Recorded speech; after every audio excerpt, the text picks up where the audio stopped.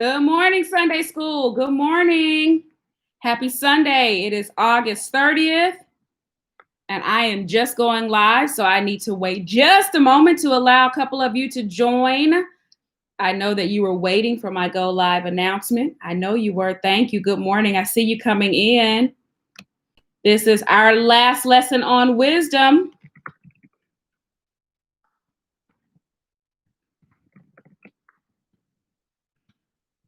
I'm ready. Oh, Sister Cheryl is first. Good morning. All right, I see y'all coming in. Let me just give you a little disclaimer. We've had storms this morning in the area, and I got kicked off of my classes Zoom at least twice, maybe 3 times. So as a disclaimer, if at any point I freeze up or happen to go out because the power goes out again here, please transition over to the regular video. I will not try to come back. When the power goes out, everything goes, including the internet. So it just takes too long to come back up. So I want to give you that disclaimer now. But I am hopeful. If y'all pray, I know the storms are passing through. And if y'all pray, maybe I will have much better success as these storms are moving through. But they're just good rain for the yard. Nothing bad is happening. I'm not unsafe in any way. I see you coming in. As you're coming, there are over 50 of you in the room, but only 3 of you have clicked that thumbs up like button. So please click that like button as you're coming in. Please do that. I see it's going up. Thank you for doing that.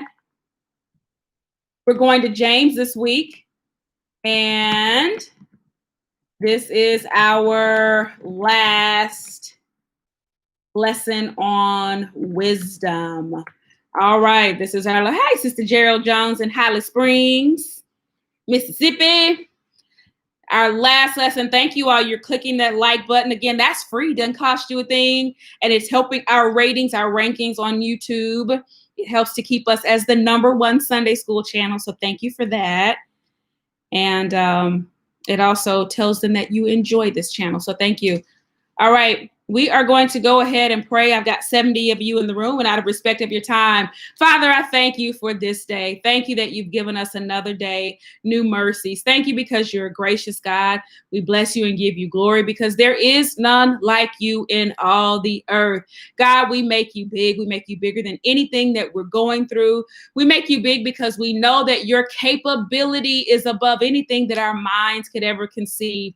Thank you today that you are everything that we need you to be. God, I pray today that you'll bless us in our time together as we take in this final lesson on wisdom. God, make us men and women who choose wisdom, and not just any kind of wisdom, but your wisdom, godly wisdom. Help us to be wise in what we say and what we do and how we behave. God, I pray that you'll bless every person who will participate in this call, and even those who will catch the replay. God, I ask that you will allow us not to simply take in information, but you will allow us to be people who know your word, hear your word, and do your word. We bless you. We give you glory in Jesus' name. Amen. All right, final lesson, James chapter 3. We're going to read verses 13 through 18, and then we're going to go to chapter 5, verses 7 through 12. If this is your first time joining us on a Sunday morning, welcome.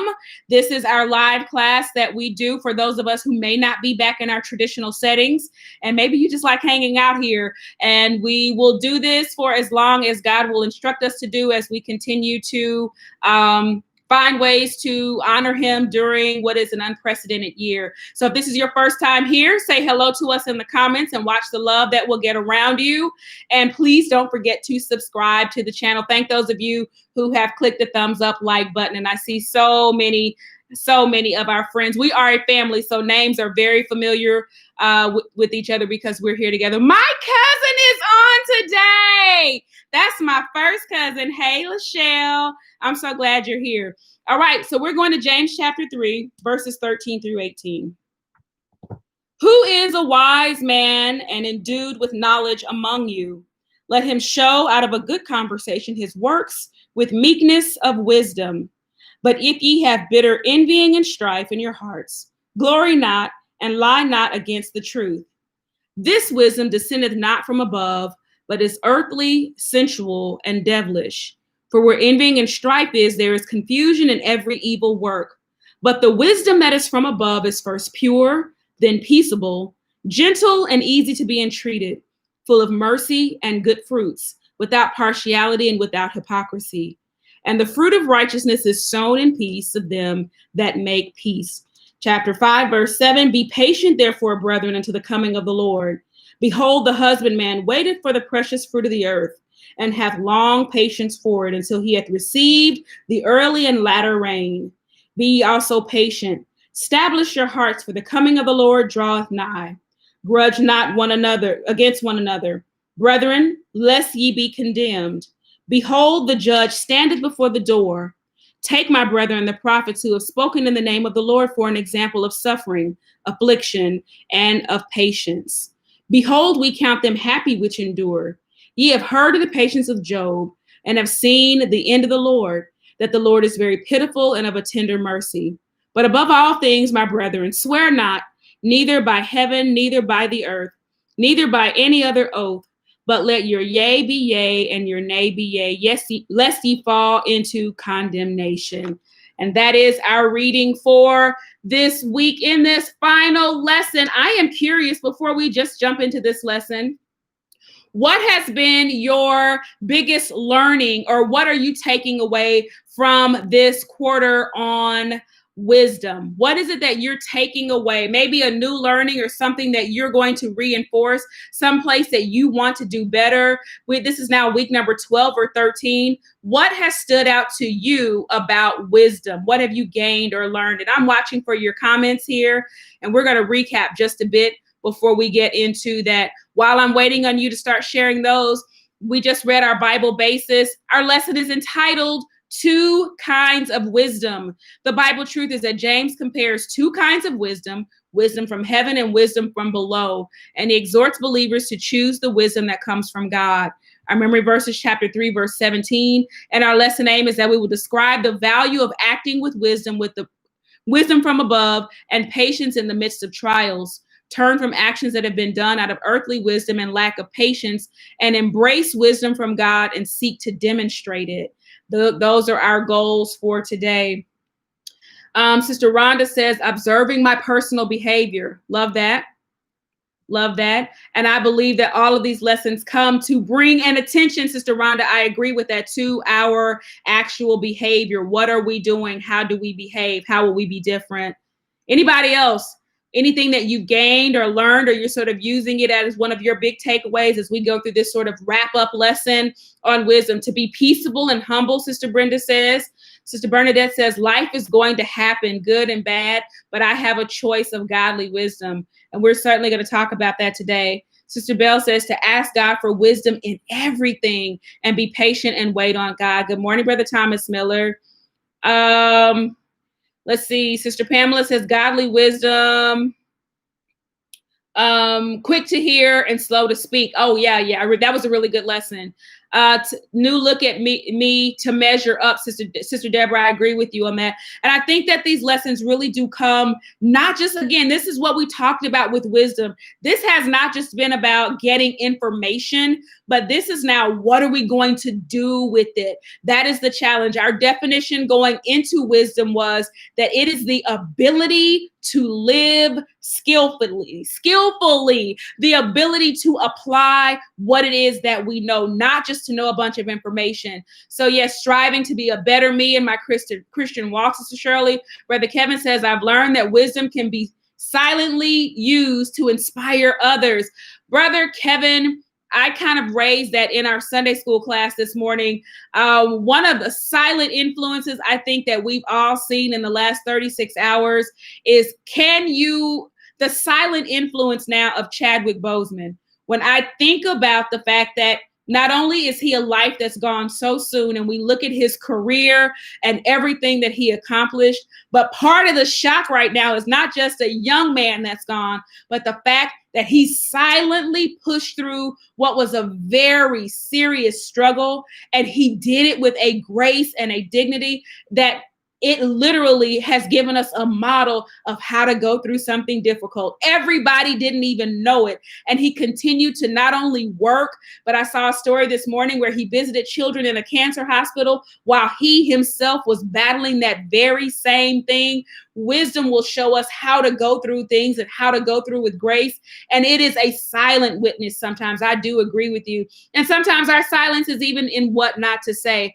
Let's see. Take more advice from the wise and gaining wisdom from people. Waynell Livingston says, wisdom will allow you to think before you speak. Thank you, Sister Pamela. And Sister Linda's agreeing with you. Absolutely. So yes, Brother Kevin, such a grace about that. And let's go ahead and talk about this final lesson, which I think really brings together all that you all have just said. It is showing us that wisdom is really something that is achievable. It is doable. We'll continue to say that wisdom is not about age. And that's something that I've reiterated with the young people as I've done their lessons, that it is stages. It is not ages. And so I aspire not to be an old fool. I want to ensure that I am growing in wisdom. We've been in James now for 5 weeks. So we know that James is the half brother of Jesus. We know that he writes to a group of fellow believers, people who know God, who are serving in church, but still are working through the difficulties of organizational blending, if I can say it that way. All of us inside of our churches, our ministries, our families, our companies, you're always working on blending as an organization. And whenever there are people, you're going to have to work through everybody sort of getting along. Whenever there is a leadership tier, you're going to have to deal with folks who are in the leadership who may have conflict. You'll deal with those who aspire to get into the leadership tier, and there will be the conflict among themselves to get into that leadership tier, and even what it means sometimes to climb up into those spaces. And that's probably familiar to you, even in your workplaces, that it's just not easy. And so James is writing to people who are dealing with that. But his big ideas are not about theology. This is not about doctrine. He's not trying to get anybody saved. He's trying to help people live very mature lives. Can we get along in everyday life? And so remember in chapter 3 last week, he is talking to a group of people who aspire to teach. Still the same group that we're looking at as we continue in verse 13. Two things about the people who aspire to teach. There are those who wanted to be teachers, but also think about, I'll put it this way. Sometimes parents live through their children. So not only people who thought they wanted to teach, but even parents who may have looked ahead and said, this is what I want my child to do, or this is what I want to push a young person to do. Whatever the case is, they were kind of both in this space. James is continuing to talk about what it means to aspire to be that kind of a leader. And now he asks a question. He's just finished talking about the tongue and the difficulties that we have, and how a true leader, a true person who operates in wisdom is able to control their tongue. We got that part of the argument. Now here's the second part. He asked a question in verse 13, and it's a question about reputation. He's saying, like, when you look around this community, when you look around the faith community, when you look around, I'm going to ask you this, when you look around your faith community, your community at large, when you look around your school, when you look in your home, your family, among your friends, your circle of friends, who around you has wisdom? Who do you count among you that's wise? And I will ask you all that. Who do you count as wise among you? Who do you know that you think is wise? And you can give me that in the chat box. But he says, it's easy to come up with just a list of people, and we can do that. But let me first talk about reputation. I think reputation is important. It's not that you care what people think about what you have or, what you do per se, but your character and how you get along with people. That's important. And James is asking a reputation question. Who has that reputation where you are? Sister Powell says her BFF has a reputation. Sister Valerie says her mom. So there are some of us who have people around us, and we know them for their wisdom. But he goes on, and even they could have even said, I think I'm wise. But James goes on to say, it's not just what your mouth is going to say as an answer, because being wise isn't just saying, oh, I'm wise. Being wise isn't just saying, oh, that person has wisdom, but it is literally about how a person lives out their life every single day. I continue to say that our lives, the summary of our lives, it doesn't just happen on Sunday morning. It's not just that we go to church. It's not that we, have the bumper stickers, or we say that we're saved, or we say that we're Christians, but literally every single day. That's what makes Brother Kevin, even though it's our secret, know that his mom, who is secretly reading these comments with us, is wise. Sister Dora says that the deacon emeritus is wise. Brother Cunningham is wise. My mother's brothers and sisters, wise. Mother at 96 who lived through the Depression is wise. Brother Rogers is wise. Baby sister is someone else you lean on for a wisdom, Brother Kevin. Reverend Dawson is wise. Reputation, absolutely, Sister Bernadette, Mother, goes before us. And so it is important. And what other people think is really a reflection of, it's a direct reflection of how we live in front of other people. What do they see? Not what we say, but what do we see? James argued a couple of weeks ago that our experience as believers is not just an altar experience. It's not just faith, but it is faith combined with our works. It's the confession of our faith combined with the things that we do. Those spokes on the bicycle pedal, that the pedals that push each other, our faith pushes our work. So he's saying that those push each other, but he also calls out something else, because the thing that we have to be careful about is, even though it is what people see, it's also the attitude behind what we do. So we don't just do things for people to see, but literally doing them in the right attitude. And he says that our deeds or our works are done with meekness of wisdom. Let's talk about meekness for just a minute. What is your definition of what it means to be meek? What is your definition of meekness? I looked at it as the same, or meaning something similar to being gentle, that when we do our works, it is not for others to say, I think you're amazing, or look what you did, but it is literally out of the right spirit. When we look at, thank you, Sister Sharon, to be humble in what we do.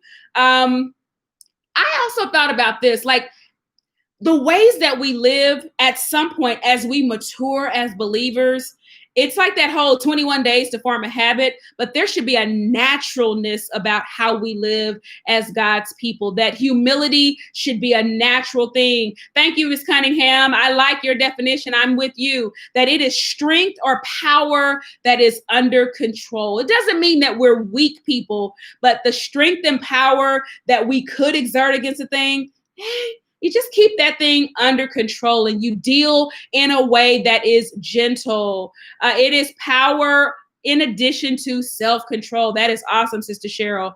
And when we look at what it means to be meek, our best example is Jesus Christ. Think about the power, the strength he had, the things he could have done. And yet when he walked among people, he was just gentle. There was a gentleness about his presence. It was a warming and welcome. Now, he did get angry sometimes, but a warming and gentle presence about where he was that was really inviting. And we'll see some of that even inside of godly wisdom. Let's keep moving here. Let me say this one more thing. I'm sorry, about meekness. When Jesus taught, look at the Beatitudes in Matthew chapter 5, verse 5. He talks about the characteristics of those who will inherit the kingdom. Yeah, gentleness is inside of there. Meekness is in there. Also, when we look at the fruit of the Spirit in Galatians chapter 5:23, in verses 14 through 16, here is where James starts to contrast. There are really two different kinds of wisdom in the world, and our lives are absolutely about choices. I have already made difficult choices this morning. And I think I said this in the video that I did, the choice to get up or not to get up. And let me just be honest, I made a choice this morning. I already told you it's raining here. And when the alarm went off this morning at 7, I made a choice. I made a choice to press the snooze button. I did. I made a choice to press the snooze button, not just once.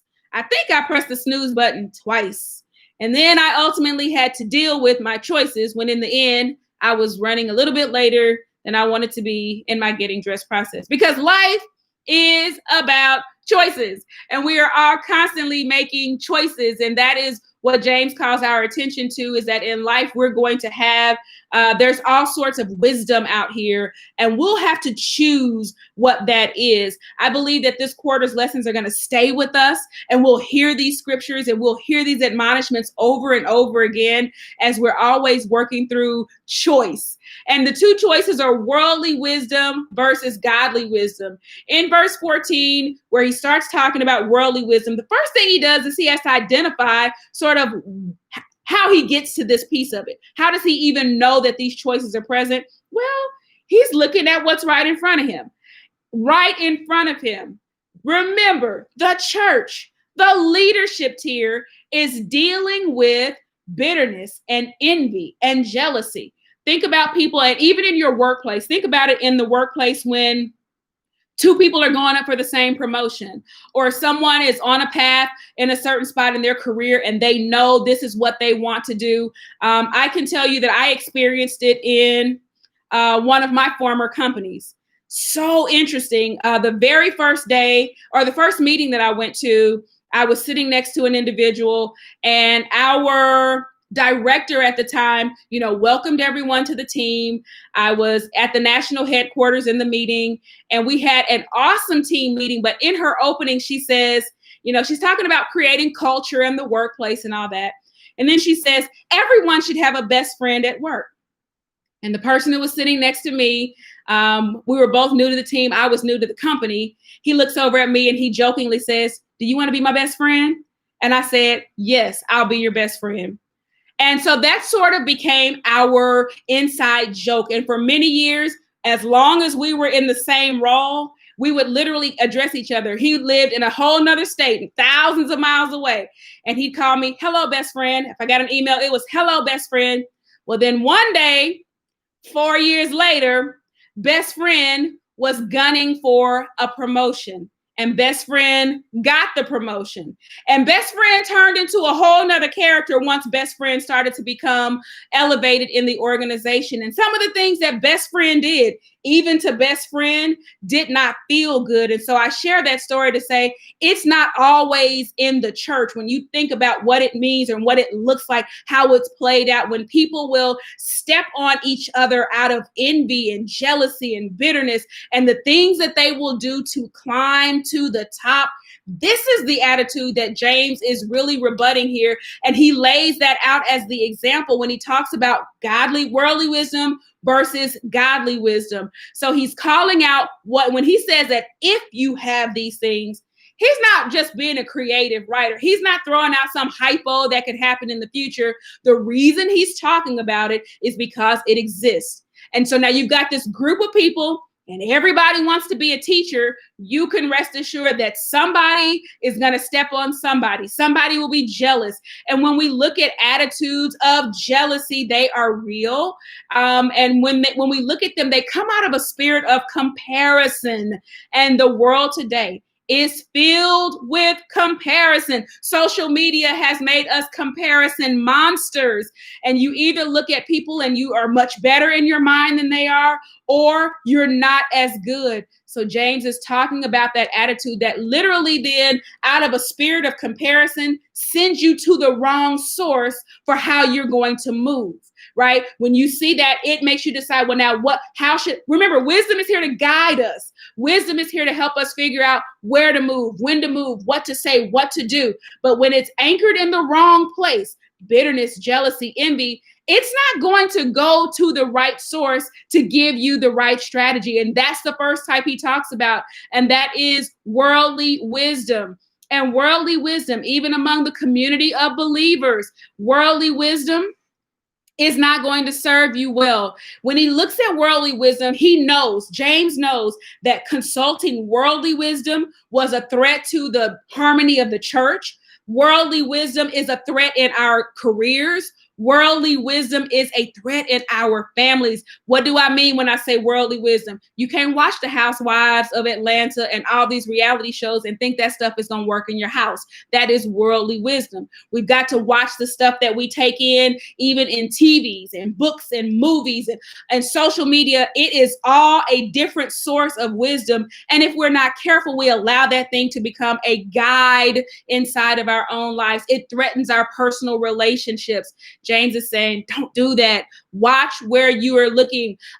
Jealousy, bitterness is not new in the scripture, right? It goes all the way back to Genesis. The brothers, Cain and Abel, that was the issue between them. What's jealousy, right? Somebody's sacrifice wasn't as good as the other. It's all about being good enough. When you look at Joseph and his brothers, I get a coat. Dad gave me a coat, and it just happens to be really beautiful and colorful. And now my brothers are really angry. And so his brothers plot against him to sell him into slavery. And even down to the story of Jesus, a baby is born, and you mean a grown man? Herod, you're a whole leader, and you're concerned about a baby that's born somewhere and jealous about the influence and what he could possibly do.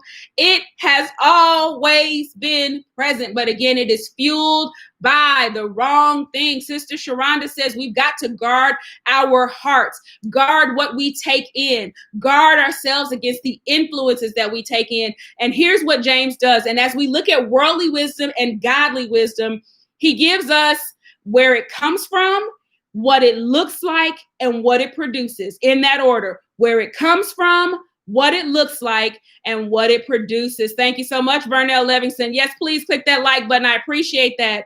What is worldly wisdom? Well, worldly wisdom, first of all, it does not come from above. He's very clear that it comes from a negative place, specifically that bitterness, envy, jealousy. That's not from God. He's not the source of those kinds of feelings. Those things produce evil. They're from the ugly place. I remember hearing a song talking about the ugly part of me. And the truth is, none of us are that wonderful. And all of us are always battling and warring against the ugly part of me. How do I know there's an ugly part? Well, because the scripture says that in this flesh lies no good thing. Left to your own, left to my own, we do not operate by default according to the standard of God, because that's not the nature of our flesh. And so we have to watch what we feed our flesh. And here we are looking at what are those worldly influences? Well, what is worldly wisdom? Worldly wisdom is birthed out of self. It's birthed out of jealousy and self-ambition. It is arrogant. It is full of itself. Have you ever dealt with anybody and you couldn't tell them anything? We say, we can't tell you nothing. Just, you know everything. You're an expert on everything. Everything always has to go your way. That is worldly wisdom. And it lies against what is true. It is dishonest. And here, when James writes, he says, if this stuff is among you. So he's saying, let's just be honest with that.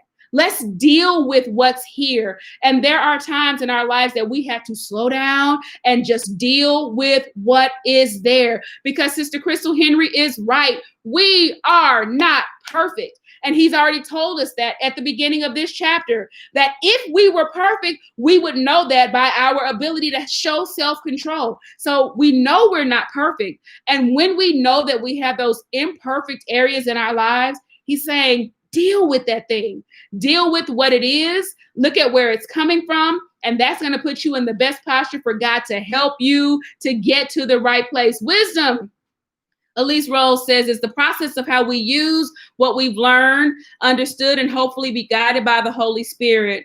Waynell Livingston says, ulterior motives will take you into a dark place. Yes, they will. And they'll lead you down the wrong path. And you don't always look for the good in a person. You won't always look for the good in a person. I believe that.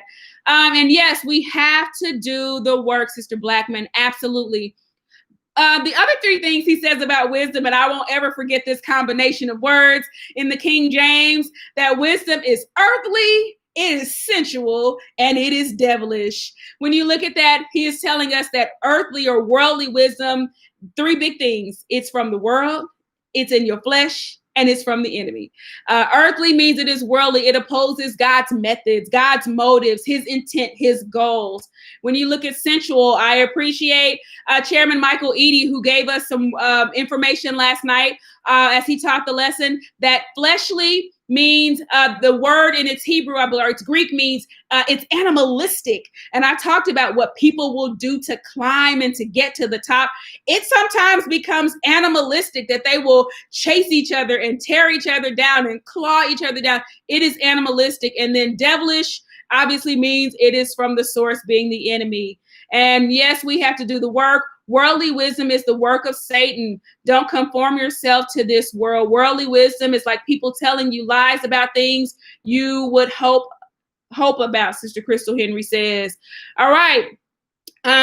What does it produce? We know where it's from. We know what it looks like. Now, what does it produce?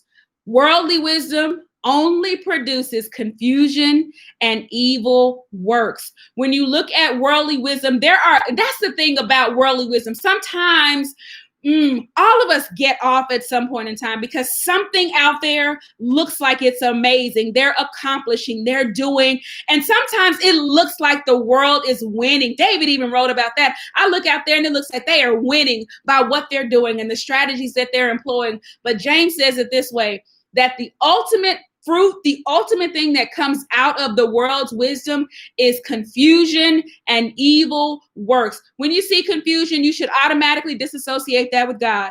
1 Corinthians 14:33 tells us that God is not the author of confusion, and he is not, when we see disorder, that's not from God. And so remembering that James is writing about issues in the church, most definitely when we look at the church, the body of Christ, disorder is not how we should characterize the church. Disorder is then also not how we want to characterize our lives. We want to ensure that we are looking at the right sources. So now that James has talked about the bad stuff, chaos and confusion, Sister Sharon, lots of trouble, Sister Brenda, worldly wisdom that does not produce anything good. And Sister Cheryl, thank you for that. Sensual is not always sexual in nature. Worldly wisdom is about whatever makes you feel good. And that can be pride, it can be titles, it can be cash.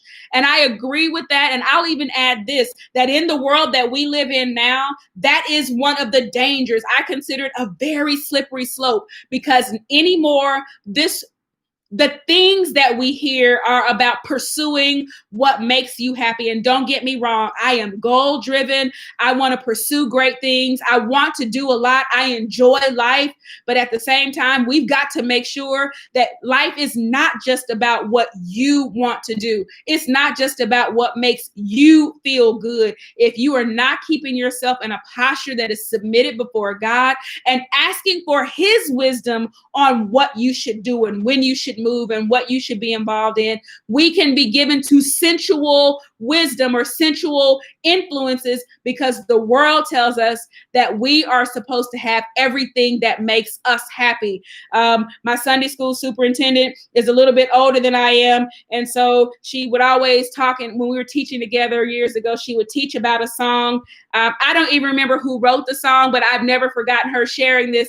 There's a song. What does the song say? Do it until you're satisfied. That's the words. Do it till you're satisfied. And this world is a world that tells us that we can do it, whatever it is, until we are satisfied. And here we see that argument, that idea is worldly wisdom. That's the choice that we should not make as people of God, especially money. People gamble for money and do bad things. They'll rob banks. They'll steal. Sister Crystal said they will rob and steal from each other. Unfortunately, it's worldly wisdom we're seeing in this administration. I agree with that, Sister Roll, that even as we look at our governmental leadership, a lot of what we're seeing right now has much less to do with policy and things that we need and things that are going to make our country better. It has a lot to do with ego and what people want for themselves. And so we're seeing an absolute lot of that. Godly wisdom is the foundation in finding happiness, Sister Cheryl says. Ha! Sister Crystal, I knew somebody would know the song. I don't know the whole song, but I've never forgotten that part. Thank you, Sister Jaquita. I appreciate that. Worldly wisdom, Brother Kevin says, the world always has us in front of people like apple trees like Adam and Eve, tempting us to pluck on. For sure, there have been choices since the garden. And Brother Kevin is right. That was Eve's choice that day. She already knew the rules. You knew what it was, Eve. You knew what God said. But here comes somebody, the world, worldly wisdom, the devil, making you think that you had real choices in this matter. Put her out there in front of that tree and said, you can choose to eat off this tree if you want to. And so since the garden, there have been these opportunities to choose the right path. And here was the first bad choice with Eve choosing to listen to the wrong source. Let's go to godly wisdom. I'm watching the time, verse 17. He shows us the other side. He says you can choose worldly wisdom or you can choose godly wisdom. Remember, we're going to see where it comes from, what it is, what it produces. Where it comes from, what it is, what it produces. And this is in contrast to the worldly wisdom. So worldly wisdom does not come from God. It's negative. It comes from a bad place. Well, guess what? Godly wisdom is from above. It is from God. It is spiritual. It is heavenly. It is God's wisdom. Proverbs 2:6 says, the Lord gives wisdom, and from his mouth comes knowledge and understanding. Psalm 19:7 says, the statutes of the Lord are trustworthy. They're pure and they're righteous altogether. They make the simple wise. And that's the kind of wisdom we should want. What are the characteristics of godly wisdom? And I found 8 of them, and I want to kind of walk through each one of these. God bless you, Sister Jaquita. Sister Rhonda remembers the song. All right. Sister Crystal says, I choose godly wisdom because worldly wisdom is negative wisdom. The evidence of worldly wisdom is manifested through murdering, anger, division, and that which is from the root of jealousy and fighting. That is the root of all evil, Sister Lisa. And here are the 8 characteristics that distinguish or make godly wisdom different. Brother Kevin, you are one of the most consistent encouragers and supporters of this ministry, and I cannot be grateful enough for how you are a blessing to this ministry. Thank you for sharing with us this morning. Pure. That's the first characteristic of godly wisdom. It is pure. What are your definitions of purity? I'm going to ask you that in the comments. What is purity, and why is purity important? Why is that important today? And why do you think that it is first? Like the fact that he even says that it is first pure. I didn't skip over the word first, because when I see first here, you have ordered something in its level of importance. And so when he says first, that means it is at the top of the list. Sister Linda says it means being clean. Sister Pamela, without blemish. Pure and holy and godly, Sister Crystal says. Not tainted, Sister Rhonda. Authentic, Sister Benita. All of these classify what it means to be pure, clean and clear, Sister Vernell Levingston. And I'm not even sure, like when I think about, you're right, when I think about water in a glass, if the water doesn't look clean, I'm not going to drink it. And you wouldn't either. And so when we look at clean, what is it to be pure, without flaw, Sister Cecilia Bell says. Sister Dora Barron says, truth at the forefront, spotless, to have pure love. That is number one. When you think about worldly wisdom, these things are not at the top of the list, right? That is because that does not come from God. It does not come from a pure place. Remember, he has already addressed bitterness, jealousy, and envy. Those are not pure places. And so that is the first thing he said, to distinguish it from everything else going on. God's wisdom does not come from an ugly place. It comes from a place that is clean, pure, untainted, not mixed with anything else. And I looked at it this way, that people who live dirty lives cannot operate in the wisdom of God. As applied here, people who operate in God's wisdom are free from jealousy, free from envy, free from bitterness. So what I look at it is as a pure motive. It comes from a pure motive. Brother Thomas, thank you. I see you 1974. That'd be part of the reason I don't know the song. I was just getting here. View. So not only is it pure, it's not only pure, but it is peaceable. Peaceable. What does it mean to be peaceable? The Bible tells us to follow peace with all men. Follow peace with all men. As much as lies within us, we are to follow peace. Follow peace with all men. Without this, you're not even going to see the Lord if you can't follow peace. And so to be peaceable means not stirring up controversy. It means not always being a part of the mess. And remember, we're talking about something going on inside of an organizational structure. And I don't mean to disrespect the church, but the church is an organizational structure. Your workplace is an organizational structure. Your family is an organizational structure. You're part of some other groups in the community. When you're a part of these groups and your family, you shouldn't be the one stirring up the mess. Shouldn't be the one that's always petty. He's telling us that is not godly wisdom. The third thing, and I told you we'd see this word again, gentle. Thank you, LB Dawson. Gentle meaning to not always push or try to assert your own way or your own right to something. One of the most beautiful displays of gentleness that I think we saw in 2019, and although a lot of people disagreed with it, I don't ask whether you agreed with the moment, but it was a gentle moment to watch the brother of Botham John, after the sentencing of his brother's killer, walk over and hug his brother's killer. Whether you agreed with it or not, that was gentleness on display. And I again say that when we look at the life of Jesus, we see such a display of gentleness that he was willing to forgive even when justice gave him the right to condemn. That is gentleness on display. Next, it is easy to be intreated. What does that mean? It means being approachable and reasonable, willing to submit to one another, not always being stubborn. Sometimes, I know it's hard. I'll talk about myself. I just told my class this morning, I'm not a fighting person. I don't like to fight. I don't have fighting in my nature, but it does not surprise you based on my career choice. It does not surprise you that I like to make a good verbal, I like verbal banter and debates and getting my point across. You should know that about me. But sometimes, as it relates to our interpersonal relationships, every argument is not about winning. And there are some times that we're going to have to yield for peace sake. It may not even mean that you're wrong. It doesn't necessarily mean that you're right.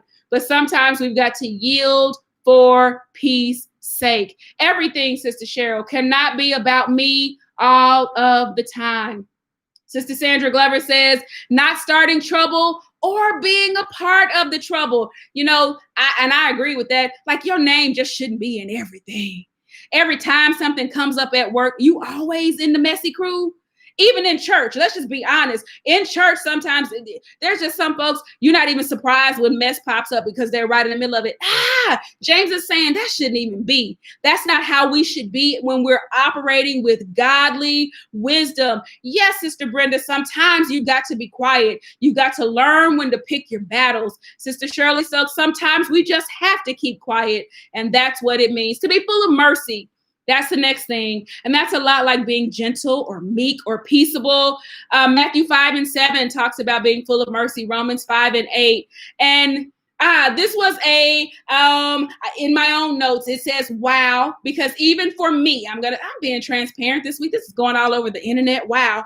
But even learning to be merciful or thinking about being merciful. I think it's easy to show mercy when like people fall on hard times. But sometimes, I'll be honest, I am not as patient when people bring calamity on themselves.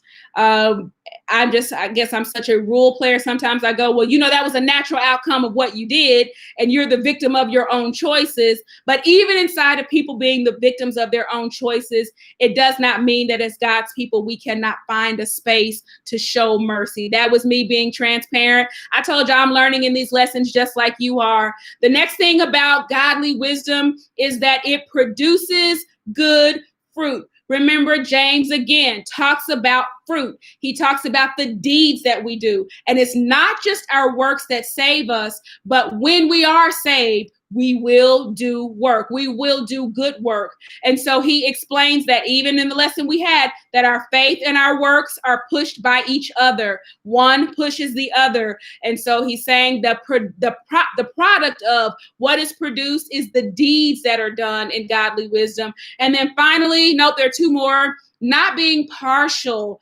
And I think that's huge. When I look at today, this idea that's kind of becoming let me call it out. This idea that is becoming popular, that we can mix our Christian faith with other traditional practices and principles and things that come out of ancestral backgrounds.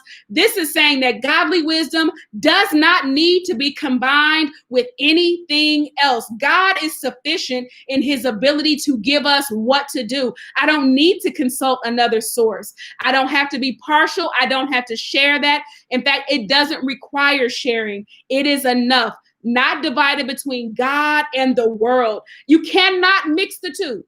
When you're choosing a path, this is worldly wisdom or godly wisdom. There is no worldly wisdom, meaning a hybrid in between. You can't combine the two. You're going to choose one or you will choose the other.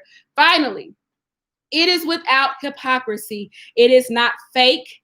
It is authentic. And so, yes, our good fruit will remain. Godly wisdom will bridle your tongue, Sister Pamela says. We show mercy if we want mercy to be shown to us, Sister Dora, and we need to learn how to compromise. All of those are characteristics of godly wisdom. So we know where it comes from. We know what it looks like. And what does it produce? It produces peace. The final thing in verse 18 is that he talks about the fruit of righteousness. What is the fruit? Anytime I see fruit, I see the output of something that has been planted, that has been cultivated. So what comes out of righteousness? When you sow in peace, you're going to reap peace.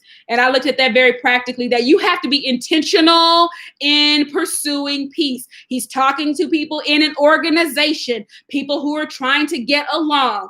If we are going to be people of God who succeed in organizations and we succeed in a way that is without mess and junk and peaceable, we're going to have to be intentional. And so when you sow a thing, you should expect to reap a thing. If you plant green beans, don't go out there looking for carrots, trying to make carrot bacon. You're going to get green beans if that's what you sow. So again, both types of wisdom produce something.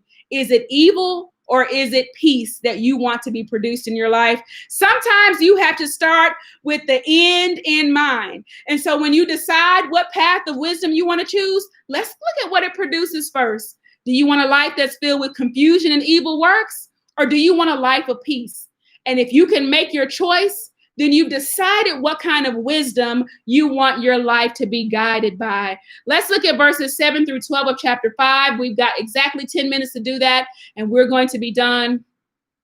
He talks about keeping our focus. And what a great way to summarize this whole quarter when we're looking at a man who's helping us to know that we've got to walk out everyday life. And here James is historically, like in the writings, he's been kind of harsh. He's very in your face when he writes. He doesn't sugarcoat stuff. He gives us what we need. But now he kind of changes it up and he wants us to know that you can do this. And that's what I want you to know, that we can live lives of victory. We can live lives guided by godly wisdom. No, the playing field of life is not level. Everybody doesn't get the same thing. And I talked before about watching attitudes of comparison, because that's what really puts us in the wrong space. We're not all going to get the same thing. And the temptation is sometimes to default to worldly wisdom, to default to our flesh, to default to the things that we think will make something work out. But James is saying, don't do that. God is going to come back. No matter what's going on in life, we have something to look forward to, and that is the coming of the Lord. He wants us to know that it's not even about the stuff that's going on right now.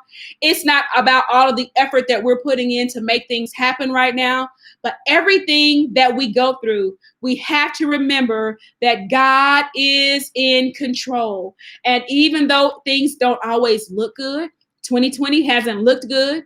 2020 has not felt good. But the thing that we have to remain fixed on is that God is in control and that he is coming again. And that is so huge. So how do we walk through these times when it doesn't feel good? How do we walk through times that are more challenging than others? He gives us this illustration, and he tells us that we just have to be patient. And don't get me wrong, I don't like that word any more than you do. We like patience when we receive patience and we're the beneficiary of it. But when we have to extend it, it's a lot harder to do. Why? Because patience requires a level of waiting. And we don't like waiting. We are a society who tells nothing about us has to wait anymore. If you want it, if I ordered on Amazon, I live in Dallas. If I ordered in the next hour and 8 minutes, I can get it before 10 o'clock tonight. If I want something from Walmart, I can still lock in the time, and about 2 or 3 o'clock, they'll bring it out to my car. If I want lunch when I'm done with church today, I can go in the kitchen and I can be eating in 15 minutes. We just don't have to wait anymore. And James is saying that some things you're going to have to wait on. And while you're waiting, it doesn't mean that things are going to get easy. You're going to have to push through. You're going to have to endure some things. But on the other side, there continues to be something that you have to look forward to. He uses this illustration of the farmer to talk about, Sister Sharon, our hope in Christ Jesus. And he talks about this farmer who plants, and he has to wait for the early and the latter rain. When you plant as a farmer, I've talked a lot about my mom's garden. The farmer plants with the expectation of a harvest. There's a lot that has to happen in between, but he or she never loses sight that I have put these seeds in the ground because I expect a harvest. And so the farmer has to wait. When is it going to rain? I don't know when it's going to rain. I don't know if it's going to rain. I don't know if it's going to be enough rain. I don't know if the rains are going to come close enough together. The farmer doesn't know exactly how the process is going to work inside, but they make an early decision to go ahead and trust the process and to know that they're going to get the harvest on the other side. I also looked at this, that when you are out harvesting, the one thing you're not doing is looking back on all the days and saying how the rain didn't come on time. When we get to the harvest, it's a time of celebration.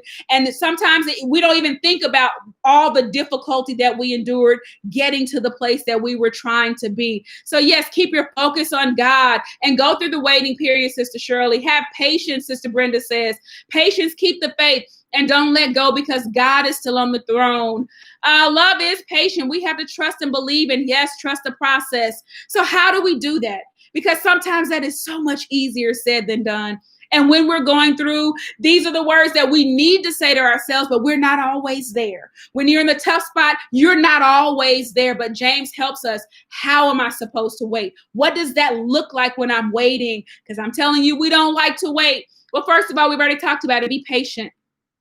Be patient. In verse 6, he's told them, don't retaliate. Stuff is going to happen in life, but you can't retaliate. That means you can't try to figure things out on your own while you're being patient. Don't take things into your own hands while you're being patient. You are going to just have to hang in there while you're being patient. When you're hanging in there, never lose your expectation that God is with you. God is for you. God's hand is on you, and you are inside of God's timing. And so as things are going through, you've got to have a level of trust. There's a correspondence between your trust and your patience, because your trust while you're being patient is going to tell you all those things. God is on my side. God is for me. If he's for me, he's more than everything that is against me. What is the next thing he tells us? Be patient. Don't grumble. He says, don't grumble or complain against each other. And I even added this, don't have a pity party. When we face difficulty, complaining is a distraction to the process.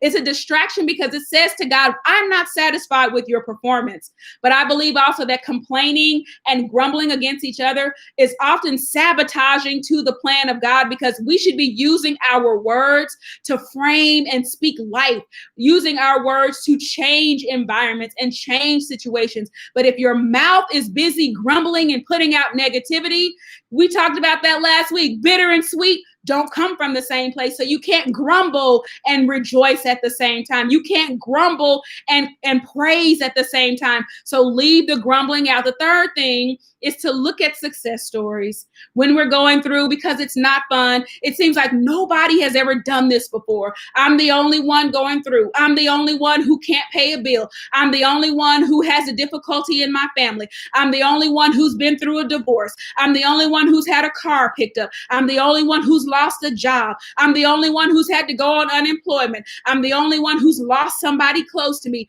You are not the only one that has been through. And what James does is points to examples in the faith where they can look back on people who went through suffering. Look at prophets who suffered. Look at Jeremiah, who preached for 20 years or 50 years, and didn't have any fruit. He watched his own people be taken into captivity even after he tried to warn them. The prophet Micaiah, who was telling King Ahab, this is not a good time for you to go into battle, king. But everybody else, all the false prophets, amping the king up. Yeah, you should get out there. Nobody believed him until they got out there and realized he knew what he was talking about. He had heard from God.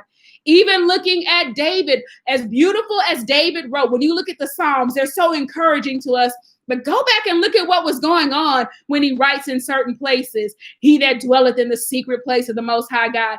I'm dwelling in a secret place because I'm running from my life. I'm running from Saul. So even when we look at the difficulties that the prophets have gone through, what James is saying is it wasn't easy, but they made it. And I say that to you. There are some things that you're going through and they're not easy, but you're not the first one. Others have done it. They have made it, and God is going to help you too. The other example he gives us is Job, that we should be grateful in all things. Sister Elise is right, because God is with us. Look at Job.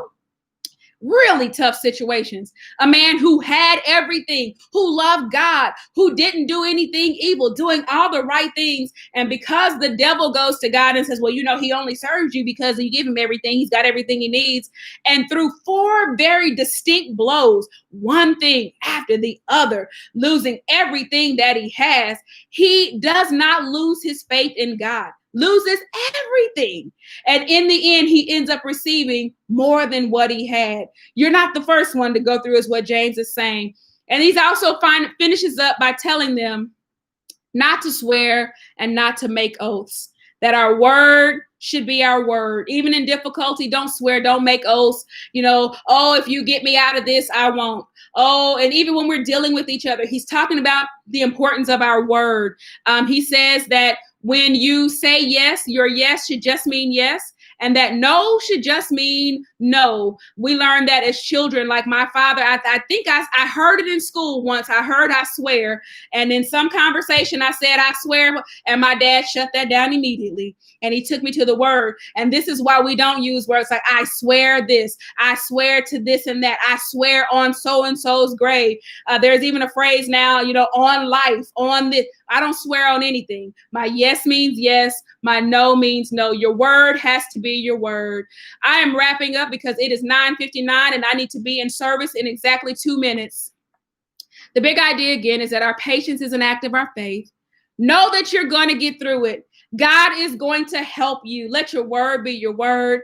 God is on your side. Remember, as we wrap this quarter, that wisdom is true. It is lasting, and we have to live in godly wisdom, not consulting our flesh, but living in the ways that please God. When we operate with godly wisdom, it will help us in our organizational relationships. That means in your church, in your school, in your job, in your community, in your family. When we act with godly wisdom in each of those spaces, don't promote yourself.